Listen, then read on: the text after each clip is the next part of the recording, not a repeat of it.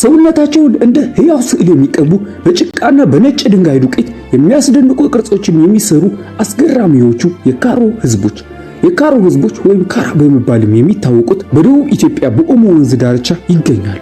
በቁጥር ትንሽ ቢሆንም በአካል ስነ ጥበባቸው ግን በዓለም ላይ ታዋቂ ናቸው። የካሮ ህዝቦች ቁጥር በግምት ከ1500 እስከ 2000 ሰዎች ብቻ እንዳሉ ይታመናል። ይህም በኢትዮጵያ ውስጥ ካሉ ትንንሽ የህዝብ ቁጥር ካላቸው ጎሳዎች እንዲመደቡ ያደርጋቸዋል። ነገር ግን ዓለም እነሱን የሚያውቃቸው በአካላቸው ላይ የሚሰሩት ድንቅ ስዕሎችን ነው። ነጭ ጭቃ፣ ቀይ ድንጋይ፣ ቢጫ ማዕድናትና ጥቁር የተፈጥሮ ቀለሞችን በመጠቀም በሰውነታቸው ላይ የሚሰሩት ቅርጾች በእያንዳንዱ ቀን ሊለያዩ ይችላሉ። ይህ ውበት ብቻ አይደለም። አንዳንድ ቅርጾች ጀግንነትን ይወክላሉ፣ አንዳንዶቹ በዓላትን፣ ሌሎቹ ደግሞ ለጋብቻ ወይም ለልዩ ስነ ስርዓቶች የሚዘጋጁ መሆናቸውን ያሳያሉ።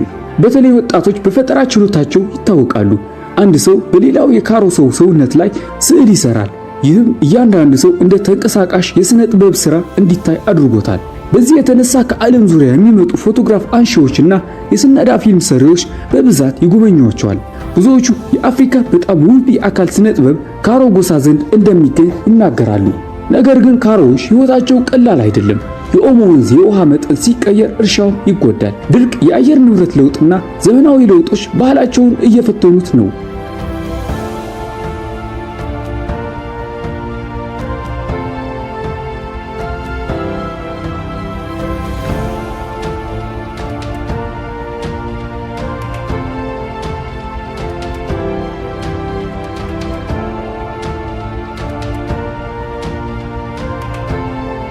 እንዲሁም ካሮ ጎሳ በከብቶች ላይ ትልቅ እሴትን ይሰጣል። ከብት ሀብትን፣ ክብርን እና ማህበራዊ ደረጃንም ያመለክታል። በብዙ ቤተሰቦች ውስጥ የከብት ብዛት የቤተሰቡን አቅም ያሳያል። በካሮ ጎሳ ውስጥ ልጆች ከትንሽ ዕድሜያቸው ጀምሮ የጎሳቸውን ባህል በተግባር ይማራሉ። ወንዶች ከብት መጠበቅ፣ አሳ ማጥመድ፣ አደንና እርሻ ይማራሉ። ሴቶች ደግሞ ምግብ ማዘጋጀት፣ ቤት መስራት፣ ልጆችን ማሳደግና ጌጣጌጥ ማዘጋጀት ይሳተፋሉ። የእነሱ ትምህርት በመጽሐፍ ሳይሆን በልምድ ነው የሚመጣው። አዛውንቶች ታሪካቸውን ይናገራሉ፣ ወጣቶችም በመመልከትና በመሞከር ይማራሉ። ይህ ዕውቀት ከትውልድ ወደ ትውልድ ይተላለፋል።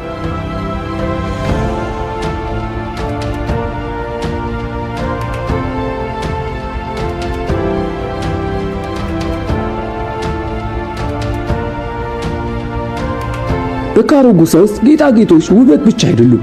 ከዛጎል፣ ከዘር፣ ከቆዳና ከብረት እና ከዶቃ የሚሰሩ ጌጦች የሰውየውን ዕድሜ፣ የትዳር ሁኔታ ወይም ማህበራዊ ደረጃን ሊያሳዩ ይችላሉ። አንዳንድ ሴቶች በአንገታቸው ላይ ብዙ ዶቃዎችን ይለብሳሉ። እነዚህ በቀለማቸውና በቅርጻቸው ውበት ብቻ ሳይሆን ባህላዊ ትርጉምንም ያሳያሉ። ሌላ የሚያስገርም ባህል ደግሞ የጠባሳ ስነ ጥበብ ነው። አንዳንድ ወንዶች በደረታቸው ወይም በክንዳቸው ላይ ትንሽ ቁስሎችን በመፍጠር ጠባሳ ያደርጋሉ። ይህ የውበት ምልክት ብቻ ሳይሆን የጽናትና የጀግንነት ምልክትም ነው። ከዚህ በተጨማሪ ካሮዎች በድምጽና በዳንስ የታወቁ ናቸው። በበዓላት ወቅት ወንዶችና ሴቶች በአንድነት ይዘፍናሉ፣ ይጨፍራሉ። ዘፈኖቻቸው የፍቅር፣ የጀግንነትና የእርሻ ወቅት ወይም የቤተሰብ ደስታን የሚገልጹ ሊሆኑ ይችላሉ።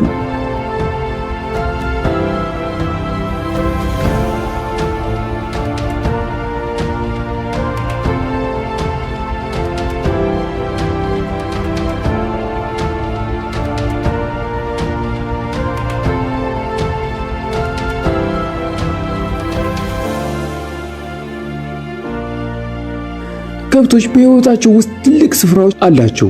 ይህ የሚታየው በጋብቻ ስርዓታቸውም ነው። በብዙ ሁኔታዎች የሙሽራው ቤተሰብ ለሙሽሪቷ ቤተሰብ ከብቶችን ያቀርባል። ይህ እንደ ግዢ ሳይሆን ሁለቱ ቤተሰቦች የሚፈጥሩት ዝምድና የሚያከብር ባህላዊ ልማድ ነው። የካሮ ጎሳ ብቻውን የሚኖር ህዝብ አይደለም። በኦሞ ሸለቆ ውስጥ ከሐመር፣ ሙርሲ፣ ዳሰነች እና ኒያንጋቶምና ሌሎች ጎሳዎችም ጋር ጎረቤት ናቸው። ለብዙ ዓመታት እርስ በራሳቸው ንግድ ሲያደርጉ ኖረዋል። ከብት፣ እህል፣ ማር፣ አሳና የእጅ ሥራ ውጤቶችን ይለዋወጣሉ። ነገር ግን ሕይወት ሁል ጊዜ ሰላማዊ አይደለም። አንዳንድ ጊዜ በተለይም ቀደም ባሉ ጊዜያት በድርቅ ወቅት ውሃና የግጦሽ መሬት ሲቀንስ በአካባቢው ያሉ ጎሳዎች መካከል ግጭቶች ሊፈጠሩ ይችላሉ። ዛሬ ግን በሽማግሌዎችና የአካባቢው ማህበረሰቦች ግጭቶችን ለመቀነስ ይሰራሉ።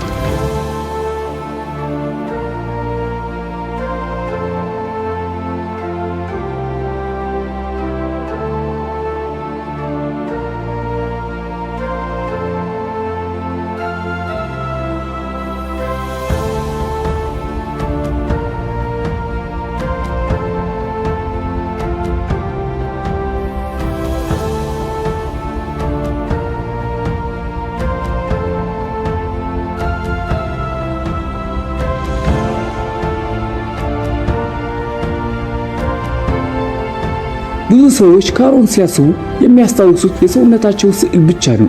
እውነቱ ግን ይህ የባህላቸው አንድ ክፍል ብቻ ነው።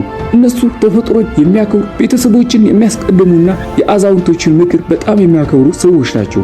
አስደናቂው ነገር የእነሱ የተፈጥሮ ዕውቀት ነው። ከተክሎች መድኃኒቶችን በመስራት የወንዙ ውሃ መቼ እንደሚጨምር ወይም እንደሚቀንስ፣ የዝናብ ወቅት መቼ እንደሚመጣ በብዙ ልማድ ያውቃሉ። ይህ ዕውቀት ለብዙ መቶ ዓመታት ከተፈጥሮ ጋር በመኖር የተገኘ ነው።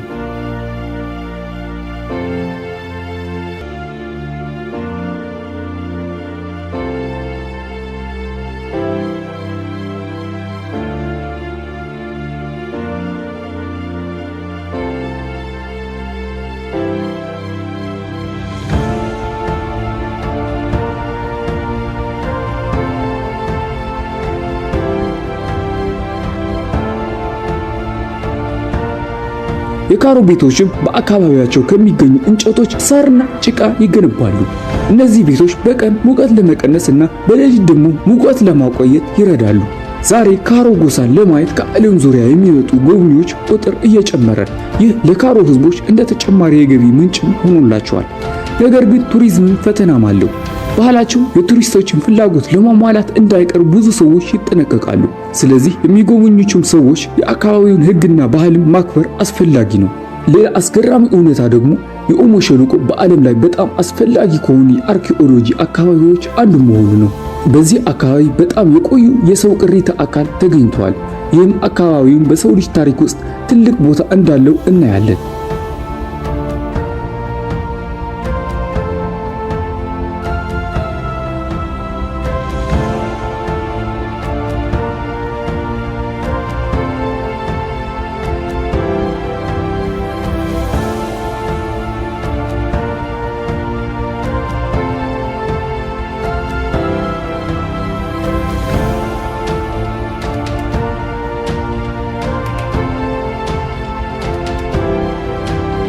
ከካሮ ሕዝቦች የምንማረው ነገር ስልጣኔ ማለት ሁሉም ሰው አንድ አይነት ሕይወት መኖር አለበት ማለት እንዳልሆነ ነው።